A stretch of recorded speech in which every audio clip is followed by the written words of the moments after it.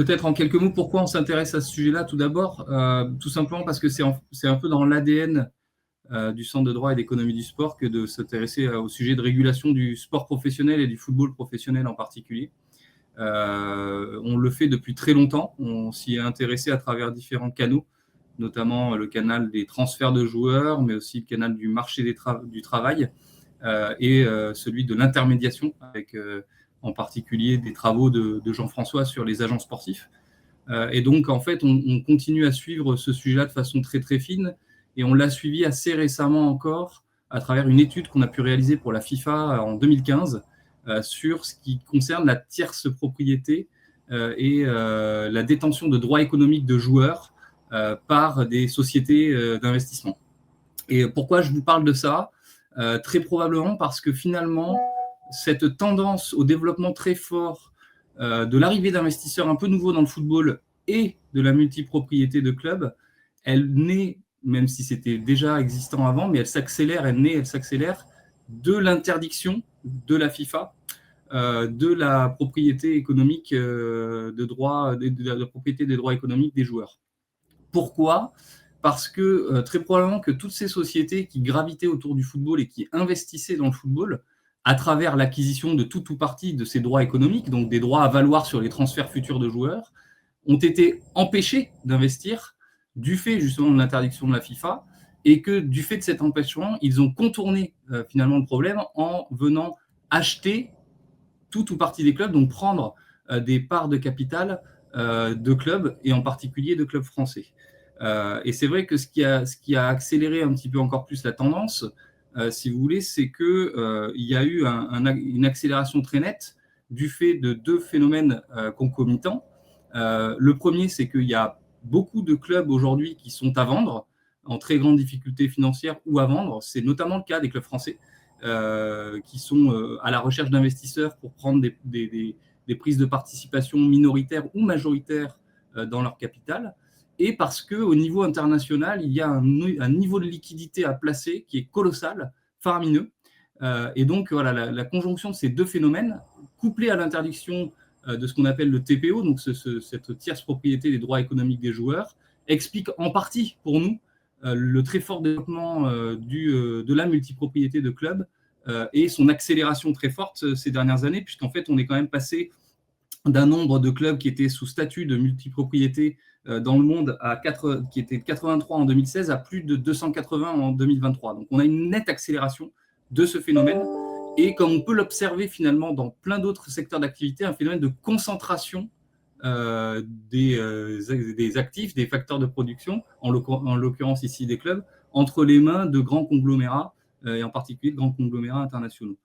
Donc c'est un petit peu pour ça qu'on s'est intéressé au sujet, et c'est à notre avis, en guise d'introduction, un petit peu ce qui explique qu'aujourd'hui, on a ce phénomène d'accélération et cette grosse tendance.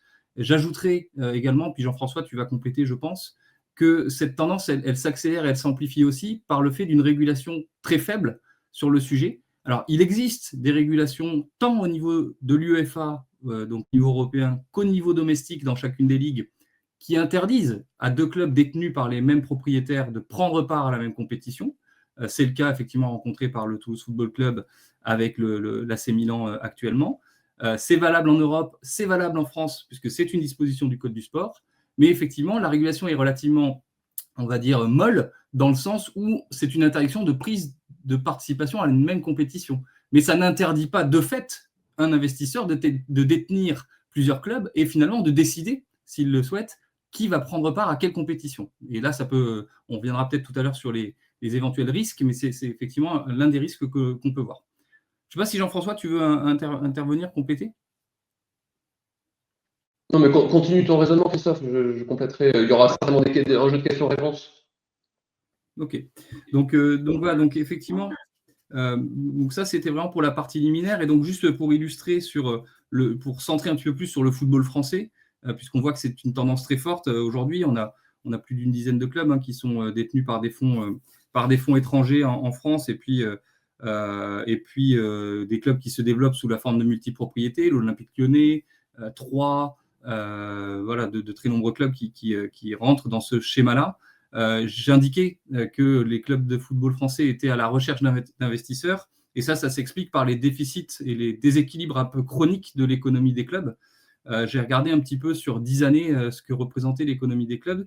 Sur la période 2012-2022, alors ça intègre le Covid, on a un déficit d'exploitation, c'est-à-dire la différence entre les recettes intrinsèques du football et ses dépenses, hors transfert, de déficit de 7 milliards d'euros, que le football français compense traditionnellement par des activités de transfert.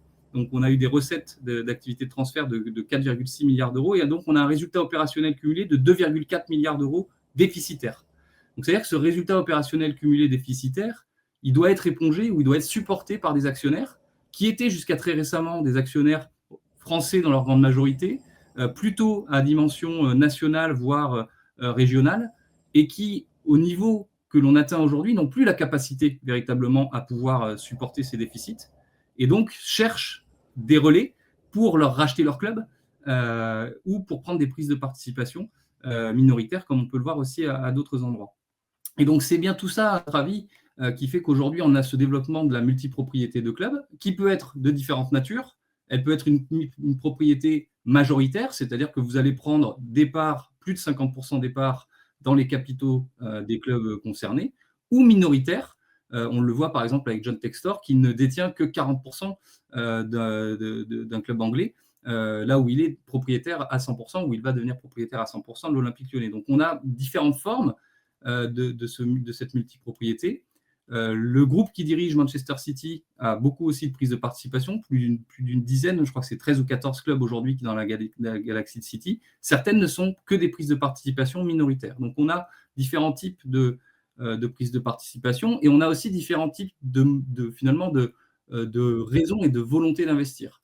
Quand on parle de Manchester City, quand on parle éventuellement de PIF, donc le fonds d'investissement saoudien, on est sur une stratégie de soft power, d'utilisation du sport à des fins d'amélioration d'image de marque, qui ne repose pas sur une grande rationalité économique, en tout cas au démarrage. Quand on a d'autres types d'investisseurs, peut-être du type de John Textor ou d'autres, également les investisseurs qui sont propriétaires du Clermont Foot, on est sur une autre logique. On est une logique davantage économique, création de synergies, et utilisation finalement de plusieurs clubs pour créer des plateformes internationales, à minima européennes, souvent mondiales, justement pour développer un réseau et pour avoir accès à tout un ensemble de marchés. Donc il y a beaucoup de formes de multipropriété, beaucoup de raisons finalement de se lancer dans cette multipropriété, mais c'est évident que c'est un phénomène qu'il faut prendre avec beaucoup de sérieux et que les institutions sportives aujourd'hui ne savent pas très bien appréhender. Pourquoi elles ne savent pas très bien l'appréhender? Parce qu'elles sont un peu prises entre deux feux. D'une part, elles pourraient se dire on va l'interdire au regard de tous les risques que ça peut comporter, et en particulier au regard de la remise en cause de l'intégrité des compétitions sportives. Si vous avez des clubs détenus par les mêmes propriétaires qui disputent les mêmes compétitions, ça pose un problème. Donc elles sont plutôt réticentes sur ce point de vue-là, et d'autres points qu'on pourra développer par la suite. Mais d'un autre côté, elles sont aussi à la recherche, ces institutions sportives, d'investisseurs où elles ne veulent pas brider les investissements dans le football. Et quand vous êtes la LFP, quand vous êtes l'UEFA, quand vous êtes la Première Ligue anglaise, vous êtes réticent finalement à vous dire je vais mettre en place une régulation domestique ou européenne qui va fermer le marché à certains types d'investisseurs, et ce d'autant plus que la sécurité juridique d'une telle mesure serait probablement sujette à interrogation, en particulier en matière de droit de l'Union européenne. Donc voilà un petit peu, moi, très, très schématiquement et globalement. Jean-François, peut-être que tu veux compléter sur différents aspects. Oh, je propose qu'on ouvre le jeu des questions-réponses, ça sera peut-être plus dynamique, mais merci Christophe pour cette introduction. Ok, bon, je vais ouvrir le bal. Pierre-Henri, tu interviens quand tu veux. Je voudrais vous poser une première question. Est-ce qu'on peut estimer que la multipropriété, elle est née aussi avec ce que j'appellerais la financiarisation du foot, c'est-à-dire le fait qu'à un moment donné, des acteurs financiers ont commencé à investir dans le football. Est-ce que les deux sont totalement liés en termes de chronologie? Oui, probablement, effectivement, le phénomène de financiarisation, il est ancien. Il s'explique par la très forte tendance à la libéralisation de tous les marchés. Les marchés du football en premier lieu, mais aussi les marchés connexes au football. Je pense par exemple au marché de l'audiovisuel, qui a permis l'afflux de finances et de revenus dans le football. la libéralisation du marché du travail à travers l'arrêt Bosman et d'autres régulations. Et donc, effectivement, tout ça a conduit à la financiarisation du football, tout comme l'absence de régulation sur la détention du capital social des clubs a contribué finalement à attirer des investisseurs dans nos clubs. Là où d'autres pays comme l'Allemagne, par exemple, sont relativement plus préservés parce qu'ils ont une règle, cette règle du 50+1 qui les préserve finalement de certains investisseurs. Donc oui, clairement, cette financiarisation du foot qui est bien documentée, qui est une réalité, là je pense que Jean-François pourrait vous en parler très longtemps, a largement contribué, il est vrai, à l'accélération et au développement de la multipropriété club. Jean-François, si vous voulez compléter là-dessus.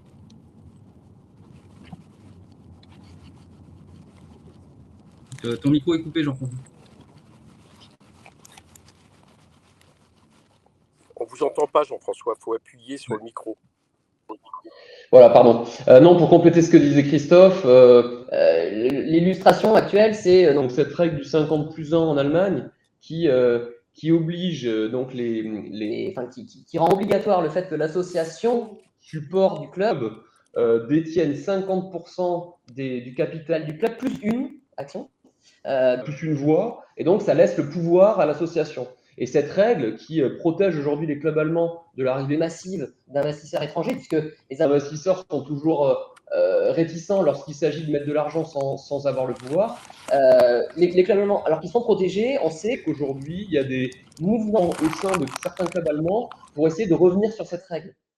Parce que la concurrence internationale est telle que ceux qui sont en concurrence avec les clubs anglais, avec les clubs espagnols, avec les clubs italiens, avec certains clubs français aujourd'hui, se disent pourquoi eux et pourquoi pas nous? D'accord, nous sommes protégés, mais dans le cadre des résultats sportifs, nous sommes en concurrence avec des clubs qui ont davantage de liberté que nous. Donc, alors même que cette règle, de notre point de vue, qui nous économistes, protège les clubs, on sait qu'il y a des tensions et qu'il y a des volontés aujourd'hui de s'y soustraire. Et ça prouve aussi que cette financiarisation, qui est encore une fois, comme disait Christophe, très, très documentée, le verre est dans le fruit, quoi. C'est compliqué aujourd'hui pour un club de se sortir de cette réalité. Strasbourg aujourd'hui, Marc Keller le disait, hein, je n'ai pas les moyens d'amener mon club plus haut, je cherche les moyens de le faire. Et il se trouve qu'aujourd'hui, de l'autre côté de la table, il y a essentiellement des financiers qui ont les moyens, qui, comme le disait Christophe, parfois n'ont pas la volonté de rechercher une rentabilité rapide, voire directe. Et effectivement, ils ont des moyens qu'au niveau local, au niveau alsacien, par exemple, aujourd'hui, personne n'a. Donc cette financiarisation, elle existe. Et la manière de l'attaquer d'un point de vue régulation est vraiment pas simple, parce qu'encore une fois, tout le monde n'est pas d'accord avec le fait qu'il faille brider encore cet investissement. Je pense que les acteurs sont notamment ravis lorsque les chiffres augmentent, lorsque les courbes croissent, et mettre en place une régulation qui empêcherait ces courbes de croître, c'est très compliqué politiquement, y compris pour les dirigeants du football français, européen, international. Mais pourtant, en termes purement comptables, on peut pas vraiment. Les clubs allemands, est-ce qu'on peut considérer que les clubs allemands aujourd'hui sont en moins bonne santé financière que les clubs anglais ou autres? Je ne parle pas sportivement parce que c'est évidemment pas le cas, mais est-ce qu'on constate que vraiment il y a un problème financier qui se pose par rapport à leurs adversaires? Alors, en fait, il faut différencier deux pans. D'un point de vue comptable pur, les clubs allemands sont en très bonne santé. C'est-à-dire qu'ils ont une direction de contrôle de gestion qui est très efficace. Ils ont subi une énorme crise dans les années 90 et depuis, les clubs allemands sont très bien gérés. Par contre, ils n'ont pas les moyens des clubs anglais, italiens et autres pour payer des indemnités de transfert très élevées, pour offrir des salaires, des salaires élevés, tout simplement parce qu'ils ont des règles de contrôle de gestion interne qui sont fortes et parce que les investisseurs n'ont pas les capacités à perdre de l'argent tous les ans, ce que font l'essentiel des propriétaires de clubs qui gagnent aujourd'hui les compétitions européennes. Donc, comptablement, la gestion est très saine, mais elle ne permet pas de faire face à une concurrence avec des acteurs qui, eux, ont une gestion beaucoup moins saine, tout en étant relativement pérennes, puisque les investisseurs remettent au pot tous les ans. Mais ce que dit Jean-François est tout à fait intéressant à deux niveaux. Le premier, c'est qu'effectivement, on vous rejoint, monsieur le député, le football allemand est certainement l'un des plus sains, si ce n'est le plus sain à tout point de vue du football européen. il est bien régulé dans le cadre qu'il est possible aujourd'hui de mettre en place, c'est-à-dire un cadre qui tienne aussi compte du fait que l'industrie du football est une industrie extrêmement mondialisée, peut-être la plus mondialisée de toutes les industries du sport aujourd'hui. Et malgré tout, le fait que tout ça, finalement, les contraint un peu, parce que effectivement, ces régulations-là ne leur permettent pas, cette régulation ne leur permet pas d'avoir accès à des capitaux étrangers investis massivement, comme le font les clubs anglais, hein, avec des clubs qui sont très largement détenus par des capitaux étrangers. En Angleterre, on a 14 clubs sur 20 de Première Ligue qui sont détenus par des capitaux étrangers. Et donc, finalement, c'est une forme de désavantage compétitif de l'Allemagne vers les autres. Alors, de deux choses l'une, soit finalement on harmonise du côté de la libéralisation, et je crois comprendre que ce n'est pas tellement votre entrée, vous aurez compris que ça n'est pas tellement la nôtre non plus, soit effectivement il faut prendre en charge, il faut prendre en main le problème et mettre en place une régulation, mais une régulation qui par nature ne peut être que globale pour être efficace. Si on essaie de jouer que sur certains points, que ce soit un salary cap, que ce soit la détention du capital des clubs, que ce soit le marché du travail, etc., on va avoir des effets, mais ils ne seront pas suffisants. Si on veut vraiment avoir un effet important sur le sujet, il faut que la régulation soit globale, c'est-à-dire qu'elle touche qu'elle embrasse finalement tous les champs, marché du travail, marché des transferts, régulation sportive, régulation financière, mais aussi qu'elle soit globale au niveau, je dirais, territorial, c'est-à-dire qu'elle ne peut pas être appliquée uniquement en France ou uniquement en Allemagne ou uniquement en Slovénie ou en Autriche. Il faut qu'elle soit appliquée partout de la même façon et qu'elle tienne compte des spécificités des pays pour être véritablement efficace. Et ça, c'est un vrai problème. C'est un vrai problème parce qu'effectivement, on a toujours des passagers clandestins, parce qu'on a un droit de l'Union européenne qui n'est pas simple à manœuvrer, il faut bien l'avouer quand même, hein, notamment ce droit de la concurrence. Et c'est vrai que ça peut bloquer un peu les institutions sportives parce qu'elles doivent faire la preuve finalement que les régulations qui sont prises, elles sont au regard de la spécificité sportive, proportionnées aux objectifs à atteindre. Et c'est un travail très long, très compliqué, de discussion, de négociation, d'harmonisation avec notamment la Commission européenne, qui rend les choses assez complexes, il faut bien l'avouer. Juste, je prolonge là, sur le cas allemand. Du fait de cette règle des 51%, là, est-ce qu'on constate des exemples de multipropriété en Allemagne? Alors, il y a un club qui a été qui appartient à une sphère qui est très connue, hein, à une sphère de multipropriété. C'est le club de Leipzig qui a été racheté par l'empire Red Bull.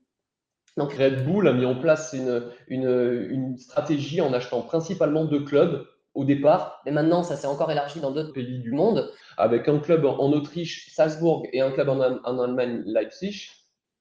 Et donc oui, ça n'a pas, parce que, alors, et là, c'est pour ça que c'est compliqué cette réglementation. Et à quoi ressemblerait une réglementation sur la multipropriété des clubs? C'est une question encore plus compliquée à laquelle certainement je suis incapable de répondre aujourd'hui parce que le Red Bull alors je sais pas, ils sont propriétaires du club, mais est-ce qu'ils sont, comment ils sont, je sais même pas comment ils ont réussi à faire le montage financier pour devenir propriétaire d'un club allemand.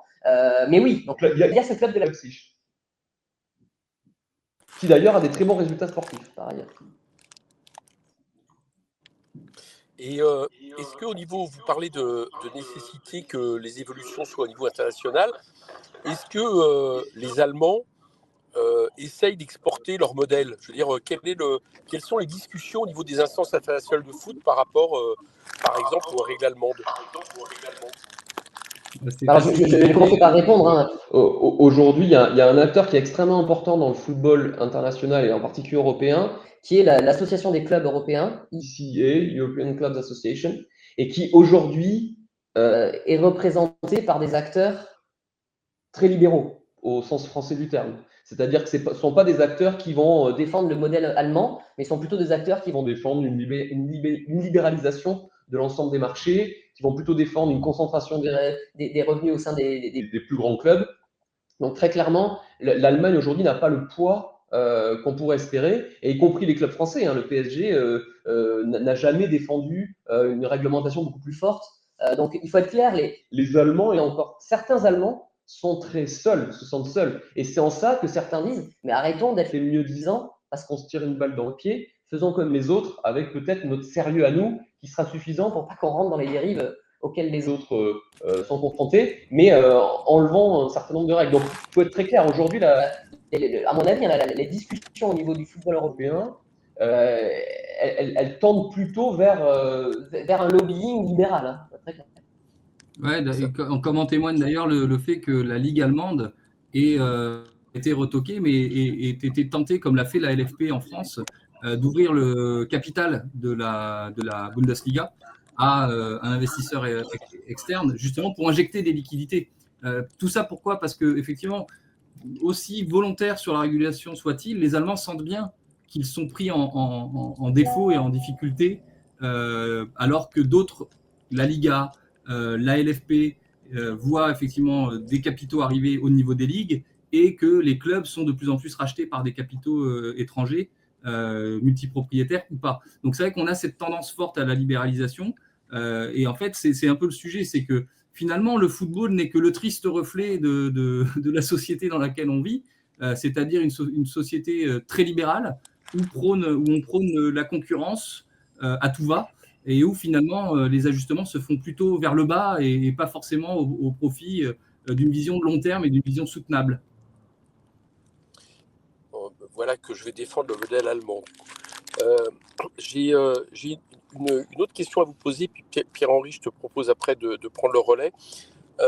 Vous avez dit tout à l'heure qu'il y avait un peu une décorrélation entre les résultats financiers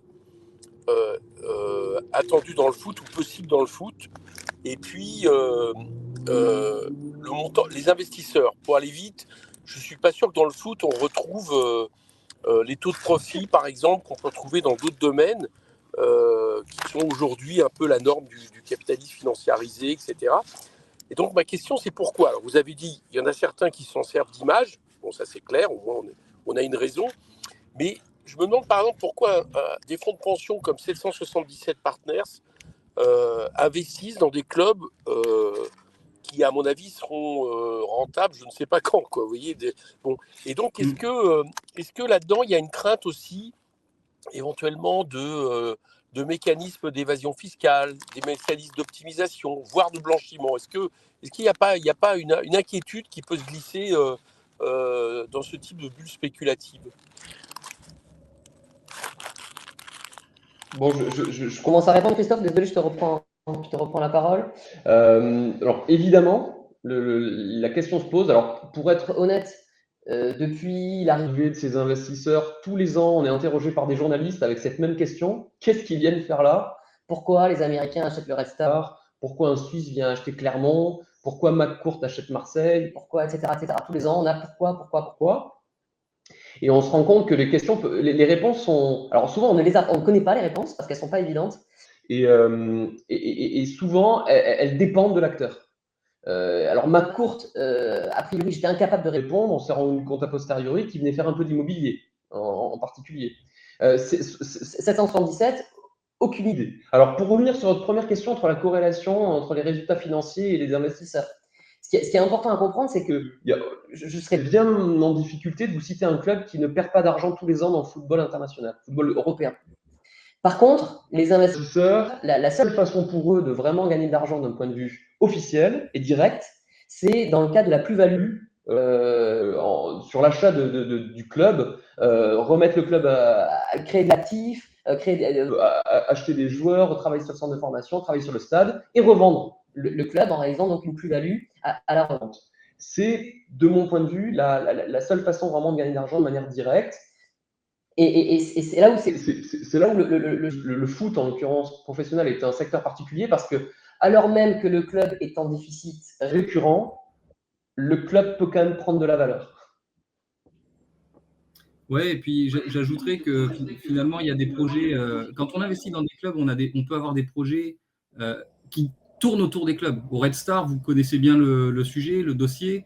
Il y a tout le projet autour du stade qui peut être attractif pour des investisseurs. Donc en fait, on vient par l'achat, par l'entrée par un club de foot, soit pouvoir toucher du doigt un dossier comme celui-là, soit avoir accès à tous les décideurs locaux, puisque quand on devient président du club de foot, on a accès d'un seul coup à tous les décideurs, qu'ils soient politiques ou économiques locaux. Donc on peut avoir ce type de projet-là. Mais effectivement, il ne faut pas non plus se voiler la face. Il y a très probablement des sujets autour des transferts de joueurs. On l'indiquait en introduction, les investisseurs aujourd'hui n'ont plus le droit, alors certains s'y essaient peut-être encore, mais ils n'ont plus le droit d'acheter ces droits économiques des joueurs. Donc prendre des prises de participation dans des clubs, en particulier des clubs français très formateurs, qui font des milliards d'euros sur des périodes de 10 ans de plus-value de cession, c'est une façon de pouvoir éventuellement rapatrier de l'argent en fonction des mécanismes qui sont mis en place, etc. Donc il y a aussi ça. Et puis, il peut aussi y avoir des dérives telles que vous l'indiquiez, peut-être du blanchiment d'argent, peut-être effectivement du trafic, qui méritent là d'avoir des investigations très poussées et très objectivement dont ne disposent pas aujourd'hui les institutions sportives, LFP ou autres ligues domestiques européennes. Merci. Pierre-Henri, si tu veux, je te passe la main.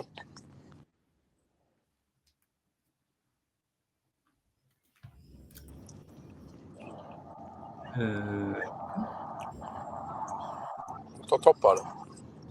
Non, ouais.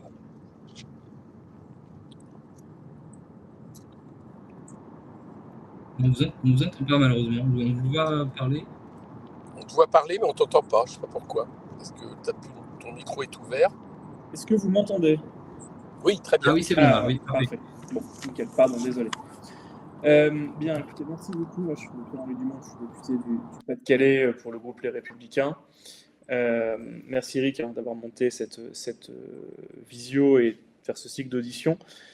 Merci également pour vos présentations et votre introduction. J'ai une question en fait centrale que vous avez un petit peu effleurée.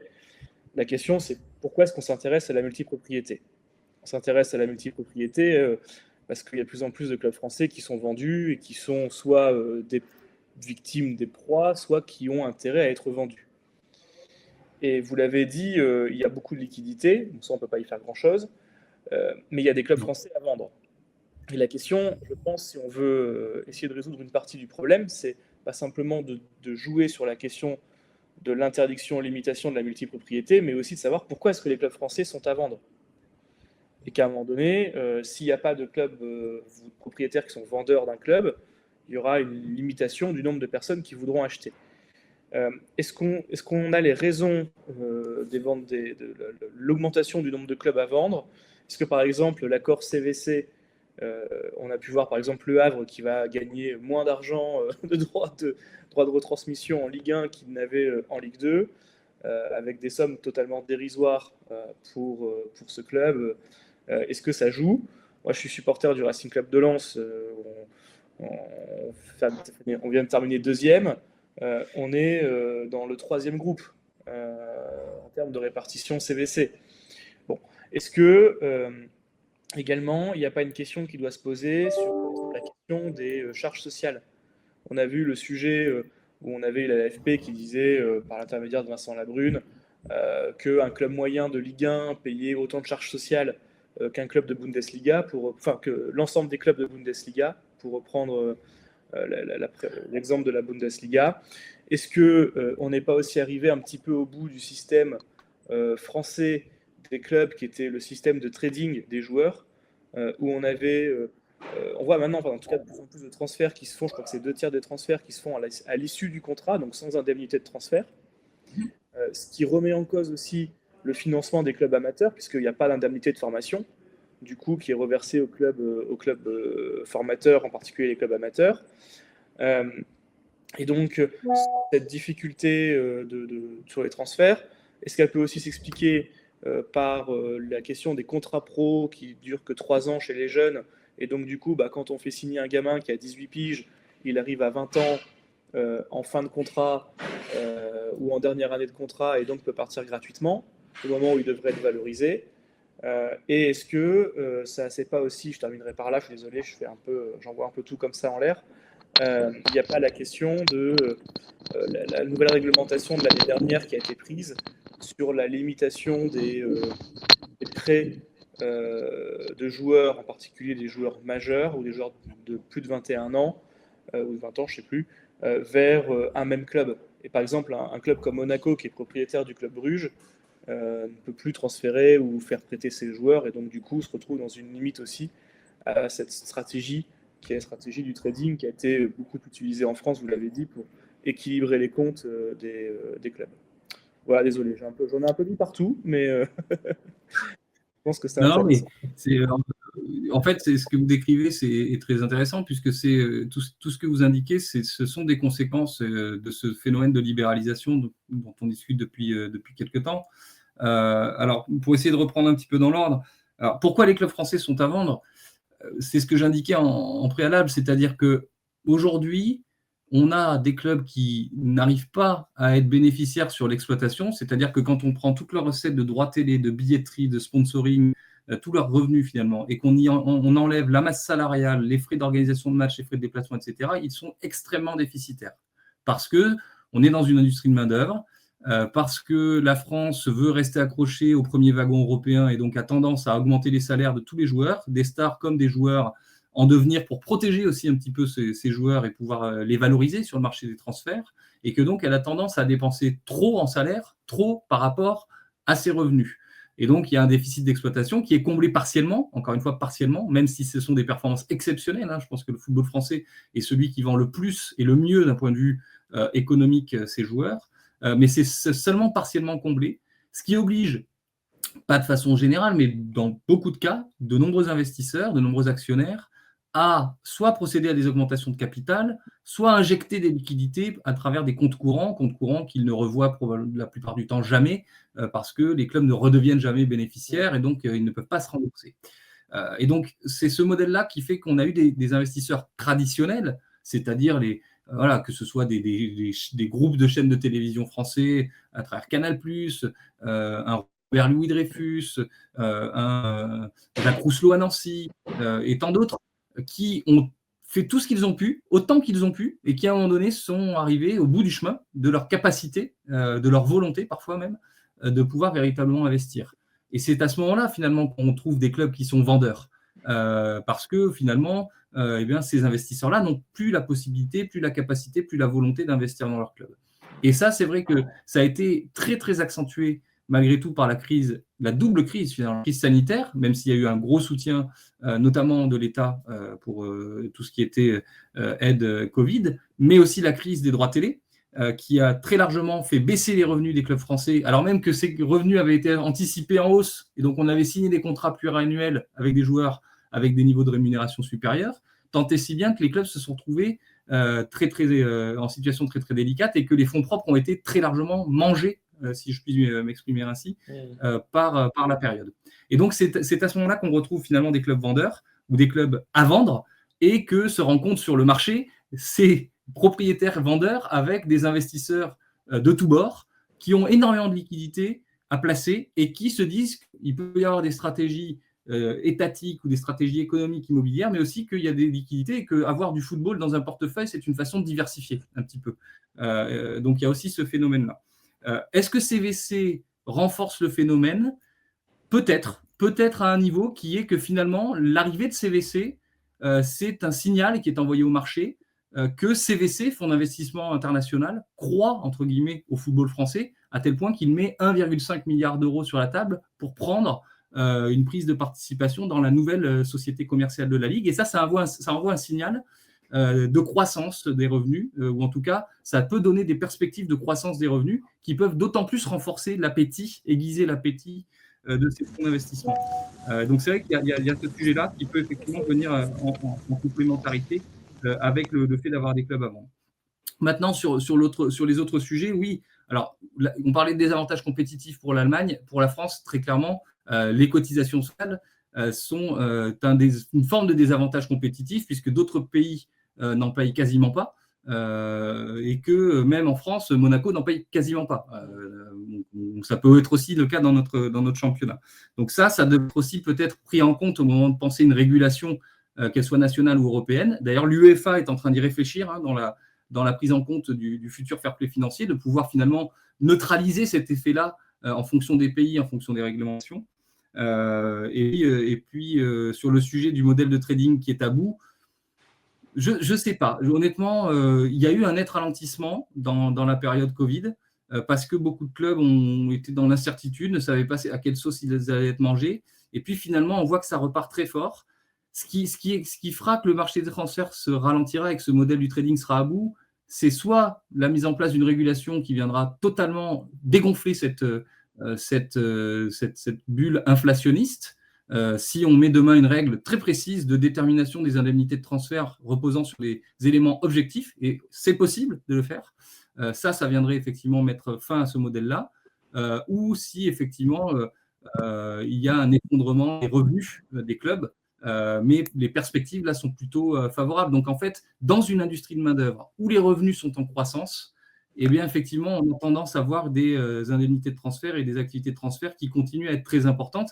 Quand bien même vous l'indiquiez, vous avez tout à fait raison, ces montants de transfert dont on parle ne concernent que le sommet de la pyramide, c'est-à-dire un nombre très limité de transferts qui sont faits avec un versement d'indemnité. Donc voilà, tout ça pour dire, et je laisserai la parole peut-être à Jean-François, que par rapport à tout ce que vous décrivez, la multipropriété de club est un sujet parmi d'autres, important aujourd'hui, qui fait beaucoup parler parce qu'on a des investisseurs qui arrivent et avec des fois des chocs culturels. Ouais, je pense que quand on a cette 777 Partners au Red Star Club dont on connaît l'histoire, c'est un choc culturel. Donc c'est un sujet qui fait beaucoup parler, qui mérite d'être pleinement appréhendé, mais au même titre que tous les autres, que ce soit la régulation financière ou que ce soit la régulation du marché du travail. Et effectivement, la durée du premier contrat professionnel est un élément important. Il faudrait véritablement revenir à ces 5 années qui protégeaient un petit peu nos clubs et qui permettaient aussi d'avoir des indemnités de transfert quand nos joueurs avaient la volonté légitime de pouvoir partir évoluer dans des championnats plus huppés ou en tout cas sportivement plus compétitifs.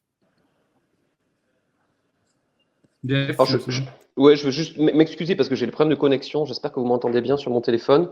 J'ai manqué l'essentiel des questions posées par Monsieur Dumont, mais j'ai entendu une dernière qui m'intéresse particulièrement sur la réglementation autour des prêts. Et en fait, je vais juste rebondir en disant que tout à l'heure, on évoquait la financiarisation du football. Effectivement, elle va de pair avec l'arrivée dans les clubs de personnes qui sont issues du monde de la finance et avec une ingénierie financière qui s'est largement développée, qui rend le contrôle extrêmement compliqué parce que on rentre aussi dans des nébuleuses internationales notamment, mais aussi en termes de technicité financière. On va loin. Et en fait, ce qu'on observe, c'est que lorsque vous mettez par exemple une réglementation sur les prêts, les clubs vont s'adapter et il va y avoir des transferts pour des montants complètement très éloignés de la réalité. On a vu un cas dernièrement avec le club de Nancy qui s'était fait, en l'occurrence, vendre des joueurs par un club de la nébuleuse des propriétaires à un montant bien inférieur à ce qui était prévu par le marché. Donc, disons que cette réglementation sur les prêts, elle a du sens, mais elle est contournée, notamment grâce à l'arrivée dans ces clubs de personnes qui sont habituées à contourner les règles, à faire de l'optimisation, pas forcément fiscale, mais aussi financière. Et justement, pardon, mais on ne devrait pas, dans ces cas-là, imaginer un système où il serait interdit de transférer les joueurs d'un club à un autre club, ou de la société elle-même. Ils vont artificiellement gonfler les transferts, soit les réduire vers le bas pour être plus compétitifs, soit les augmenter de façon extrême. D'autant plus que maintenant les clubs sont de plus en plus affiliés à un ou deux agents de joueurs et qui du coup récupèrent des commissions extrêmement importantes à chaque transfert, d'autant plus si le tarif est assez gonflé. Donc c'est aussi un moyen d'équilibrer les résultats des différents clubs en maquillant les comptes, quoi. Enfin, de façon un peu artificielle, c'est une sorte de cavalerie budgétaire comme on peut le faire dans certaines communes, par exemple la ville de Paris, pour ne pas la citer. Non, mais complètement. Alors là, pour le coup, je pas sur la ville de Paris, mais ça, je vous laisse la responsabilité de vos propos. sur ce qui nous concerne, sur les dérives finalement de la multipropriété de club. Évidemment que ça peut favoriser la réalisation d'opérations de clubs d'une même entité, un club de drapeau et des clubs filiales, avec des mouvements. Et ces mouvements, ils peuvent avoir pour finalité de contourner des régulations, fair play financier, DNCG, parce que aujourd'hui, vous n'avez pas de régulation qui interdirait à Manchester City de dire à l'Estac 3, je vais t'acheter ton milieu défensif 65 millions d'euros. Parce que le prix du joueur, le prix du transfert, il est librement déterminé par les parties. Là, en l'occurrence, on a deux parties. Donc, effectivement, on pourrait se dire, tiens, si 3 venait à être en difficulté vis-à-vis de la DNCG, ce qui n'est pas le cas puisque le club est passé il y a quelques jours et qu'a priori, il est passé sans mesure. Ce n'est pas mais admettons. voilà, c'est pas le cas de Sochaux, mais admettons que ce soit le cas, admettons que Sochaux soit dans cette galaxie-là, on aurait pu effectivement avoir le club mère qui aurait pu dire à son club fille, je t'achète un joueur pour 30 millions, sans qu'il y ait aucune réalité, et peut-être pour reprêter tout de suite le joueur ailleurs ou le retransférer, juste pour sauver, entre guillemets, son club vis-à-vis de la régulation française, et idem vis-à-vis de la régulation UEFA. C'est un vrai sujet, tout comme il y a le sujet de la valorisation de ces activités-là, puisque les activités de transfert et les joueurs, les contrats de joueurs sont valorisés à l'actif des clubs. Donc ça pourrait contribuer aussi finalement à faire croître artificiellement des actifs joueurs. Donc ça, c'est un vrai sujet. Et donc, par rapport à ce sujet de la multipropriété, soit on l'interdit purement et simplement partout, c'est-à-dire que les ligues domestiques et l'UEFA et la FIFA et tout le monde disent il est interdit, strictement interdit à une entité de détenir une participation majoritaire ou une influence notable dans plus d'un club, ça peut être une solution. Soit on a cet entre-deux dans lequel on est aujourd'hui, c'est-à-dire que c'est interdit et qu'on ne peut pas prendre part à des compétitions. Et dans ce cas-là, on pourrait se dire, OK, rien n'empêche les investisseurs d'acquérir plusieurs clubs, mais les transferts, effectivement, comme vous l'indiquiez, ou les transferts ou les mouvements de joueurs entre deux clubs sont interdits, ou en tout cas sont encadrés, limités, font l'objet d'une analyse pour déterminer des valeurs de marché, comme par exemple l'UEFA le fait sur son fair play financier, enfin ses règles de soutenabilité financière. Moi, je voudrais, on voit bien globalement, en tout cas, c'est ce que je partage. Je suis toujours très, très critique sur la financiarisation d'une activité économique qui, à un moment donné, est disproportionnée par rapport à l'activité elle-même, parce que je pense que sur le long terme, tout ça ne fonctionne pas, explose en faillite, en ruine. Mais ça, c'est la problématique économique. J'aimerais bien vous entendre sur la problématique sportive, c'est-à-dire quels sont les risques de la multipropriété, en quoi c'est, qu'est-ce que ça peut entraîner. Je vois des pistes sur les problématiques de, si on prend Strasbourg et Chelsea par exemple, d'un moment où vous pouvez vous retrouver avec une situation où Strasbourg peut ça peut être contradictoire avec ses intérêts de club d'être lié finalement de manière à un club comme Chelsea. Mais je voudrais que vous entendiez là-dessus. Oui, je viens répondre à ça. François, je me lance et puis tu complètes. Premier élément, l'équité des compétitions. Clairement, on a un vrai sujet. On a les risques financiers dont on vient de parler sur les opérations de transfert entre entités d'un même groupe. On peut avoir un risque systémique également, c'est-à-dire que si demain vous avez un propriétaire qui détient 4, 5, 6 clubs, 10 clubs, si ce propriétaire décide de couper les vannes ou de ne plus investir ou s'il fait faillite, les clubs font tous faillite parce qu'ils ne sont pas forcément rachetés par d'autres investisseurs. Il peut y avoir une forme de cannibalisation du marché du travail puisque ça peut conduire à ces phénomènes-là à concentrer encore plus le talent sportif au sein de ces conglomérats. Jean-François, je pense que tu auras aussi des choses à nous dire là-dessus. Et puis, il y a, moi, je pense, une question d'autonomie et d'indépendance des clubs, éventuellement sur leur stratégie sportive, tout comme une question de déconnexion, finalement, du club, de son environnement local et de dépossession, finalement, d'un patrimoine immatériel qui appartient à un territoire et à des fans par le biais de ces stratégies. Voilà, très, très rapidement, je pense que Jean-François, tu peux développer ou apporter d'autres éléments. Oui, non, merci Christophe. Un élément qui est vraiment très sportif et qui est extrêmement gênant dans la multipropriété des clubs, de mon point de vue, c'est que si vous observez, évidemment, de par la réglementation qui interdit aux clubs appartenant à un même propriétaire de participer aux mêmes compétitions, il y a une forme de hiérarchie entre les clubs qui sont achetés. Et en fait, ce qui est assez gênant, c'est que ça fixe un peu le niveau du club dont on est en train de parler. Et c'est vrai qu'on va loin, enfin, on s'éloigne de la glorieuse incertitude du sport, de l'ADA sportif. Donc là, en l'occurrence, les propriétaires de Milan AC n'envisageaient pas que Toulouse puisse arriver en Coupe d'Europe aussi vite. Et donc, ils n'avaient rien fait pour que Toulouse arrive en Coupe d'Europe parce qu'ils savaient que ça allait les mettre en difficulté. Il se trouve que finalement, ils ont été rattrapés par la réalité du terrain. Mais c'est vrai que ça, c'est assez gênant sportivement parce qu'on sent que Manchester City n'a pas acheté Lyon. Ils auraient pu acheter Lyon, évidemment. Ils n'ont pas acheté Lyon. Ils ont acheté 3 en se disant on enverra à 3 des joueurs qui joueront pas chez nous, qui joueront pas à Melbourne, qui joueront pas, etc., qui joueront en Europe, dans un championnat de Ligue 1, etc. Et ça veut dire que ça, si vous voulez, les clubs deviennent des outils d'une stratégie beaucoup plus globale, ils perdent évidemment de leur indépendance. Et ça me gêne énormément parce que sportivement, ce qu'on a envie de voir, c'est la réalité du terrain et c'est la glorieuse incertitude du sport. Et là, on s'en éloigne quand même un petit peu. D'accord. Ok, donc on voit bien que d'un point de vue sportif, à terme, c'est un phénomène qui peut complètement enlever le sel d'une compétition sportive. C'est-à-dire qu'un match n'est jamais joué à l'avance, quoi, pour aller vite. Il y a 11 joueurs de chaque côté et qu'il peut y avoir des surprises. Et vous, ce que vous dites, c'est que ces surprises sont des choses qui seront éliminées de facto et même d'un point de vue, au bout d'un moment, d'empêchement de jouer certaines compétitions et tout ça. Donc je vois bien le problème. J'en reviens un peu, parce que moi je suis désolé, mais vraiment je suis obligé d'arrêter à 14h. Je voudrais revenir un peu maintenant sur le sujet qui est le nôtre. Bon, nous, en gros, moi, mon objectif, c'est d'arriver à faire une proposition de loi transpartisane. Ça veut dire une chose, c'est qu'elle pourrait être abritée dans la niche d'un groupe parlementaire, par exemple, et être votée. Bon, là, c'est comme ça que je vois les choses, en sachant ce que vous dites, c'est-à-dire en sachant que c'est compliqué de penser qu'on va changer les choses à partir d'un pays. N'empêche, je crois aussi à l'exemplarité, c'est-à-dire je crois aussi qu'il peut y avoir des sortes de propositions de loi d'appel, quelque part, qui permettent après de s'appuyer la multipropriété.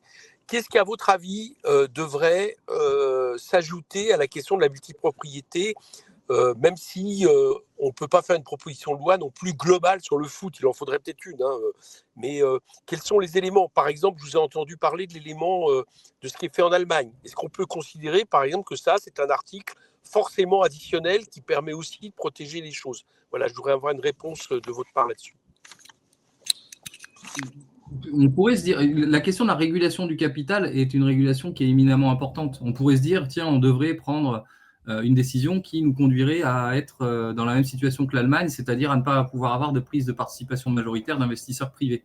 La question, c'est qu'aujourd'hui, si vous faites ça, vous déstabilisez totalement toute l'économie du football français. Donc, je ne suis pas certain que la Ligue de football professionnel et les clubs seront très contents de ça.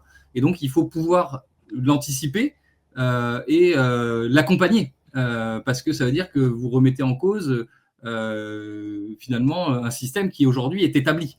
Donc, même d'un point de vue juridique, je ne sais pas quelle serait la façon de faire si cette loi était votée, où on dirait finalement on met une règle du 50+1 à la française en place, quid de tous les clubs qui aujourd'hui ne sont pas détenus par l'association, mais sont tous détenus par des capitaux privés. Je dois avouer que là, je ne sais pas comment matériellement tout ça se met en place, mais c'est un vrai sujet. Peut-être faut-il effectivement travailler collectivement et dans le cadre de vos auditions, pouvoir interroger d'autres acteurs, y compris des acteurs du football, sur ce sujet-là, parce qu'effectivement, ça peut être un vrai sujet, tout comme sur certains aspects qu'on a évoqués, hein, mais le marché du travail, la question du premier contrat professionnel d'une durée de 5 ans, ça peut être des choses sur lesquelles on peut aussi aller pour protéger aussi un petit peu les clubs et l'économie des clubs pro, mais aussi des clubs amateurs, puisque comme ça a été dit par le député Dumont, si vous n'avez pas de transfert d'un joueur, vous n'avez pas de versement, et en particulier de transfert international, vous n'avez pas de versement de l'indemnité de solidarité. Donc, si un joueur part libre, il n'y a pas d'indemnité de solidarité. Donc, ça peut être aussi un sujet. Voilà, il faudrait trouver, je pense, le bon équilibre entre finalement essayer de protéger notre football, et pas forcément que le football français, parce que j'aime bien l'idée de la valeur d'exemple de la France et pouvoir porter ce combat-là, des affres finalement de la financiarisation, en tout cas de mettre en place progressivement des mesures qui permettent de le protéger de ça, tout en veillant à faire de ne pas se tirer nous-mêmes une balle dans le pied et à finalement affaiblir totalement notre football, surtout au moment où c'est vrai qu'on aime ou n'aime pas, se met en place un projet d'investissement avec CVC qui doit permettre d'engager un projet de développement. Donc voilà, votre sujet est complexe, très intéressant, stimulant intellectuellement, mais complexe. Je complète juste cette analyse pour dire que on sort un peu du cadre très précis de la multipropriété, mais si on s'intéresse à l'accès au capital des clubs, on parle beaucoup du foot, mais il y a le rugby aussi qui peut être un sujet, et attention aux réglementations qui sont trop focalisées sur le foot. Le rugby, vous avez aujourd'hui des clubs français qui sont détenus par des capitaux étrangers et qui génèrent également des déficits très importants d'exploitation, qui sont comblés par des apports de ce mécène. Je pense au Stade français par exemple, et c'est vrai qu'il faut toujours avoir cette vision plus large que le football, même si on n'est pas dans le rugby, dans le cadre actuel du football, mais ils réfléchissent à la mise en place d'indemnités de transfert, etc., etc. Donc, ayons une vision large pour ne pas s'intéresser qu'au football. Juste sur ce sujet du rugby, une toute petite digression de ma part, mais c'est vrai que finalement, quand on parle de modèle durable et soutenable, je ne suis pas certain que quand bien même on ait des investisseurs français ou non à la tête de clubs qui injectent des liquidités à fond perdu dans des clubs, en particulier ici de rugby, soit un modèle très soutenable et très durable. Donc si on voulait élargir le sujet de la régulation, on pourrait aussi élargir celui-là avec la mise en place de principes de bonne gestion. Les DNCG dans tous les sports sont des choses utiles, précieuses qu'il faut protéger. Je pense que là-dessus, il y a une forme de consensus. Mais il faut peut-être effectivement aussi pouvoir sécuriser les DNCG, travail de régulation et en particulier de régulation financière pour mettre en place, pourquoi pas, des ratios de bonne gestion, pour éviter d'avoir des modèles qui se construisent artificiellement et finalement qu'on en arrive au bout du compte à acheter des succès sportifs à crédit, entre guillemets, c'est-à-dire basé sur la taille du portefeuille du propriétaire. Okay. Pierre-Henri, est-ce que tu aurais une dernière question à poser? Non, tout va bien, c'est bon. Merci beaucoup. Écoutez, merci beaucoup parce que je crois que je parle au nom de Pierre-Henri et moi. C'était un bon début d'audition. Je trouve que ça fixe bien à la fois la question de la multipropriété, mais aussi les ramifications et les limites aussi, j'allais dire plutôt de bien comprendre, de prendre des mesures qui ne déstabilisent pas tous en compensation. Pour aller vite, c'est ce que j'ai un peu compris. Donc je trouve, merci en tout cas, je trouve que c'est un bon début. Merci à vous deux d'être venus et désolé de raccourcir comme ça. Merci. Non, mais merci. Pas de souci, on suivra avec attention vos auditions. Merci beaucoup en tout cas. Merci à vous. Pierre-Henri.